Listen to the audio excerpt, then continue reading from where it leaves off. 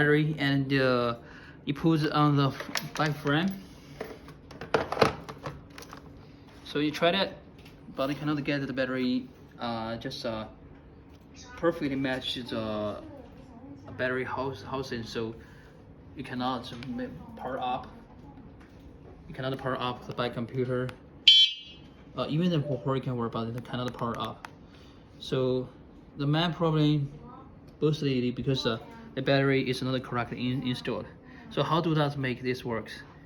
Need to use one hand to press the bottom part of the battery, and use another hand to push it. And then it's you can see the battery is 100% and matched. And then here, of course, you just make the switch on the battery, and then press 3 seconds.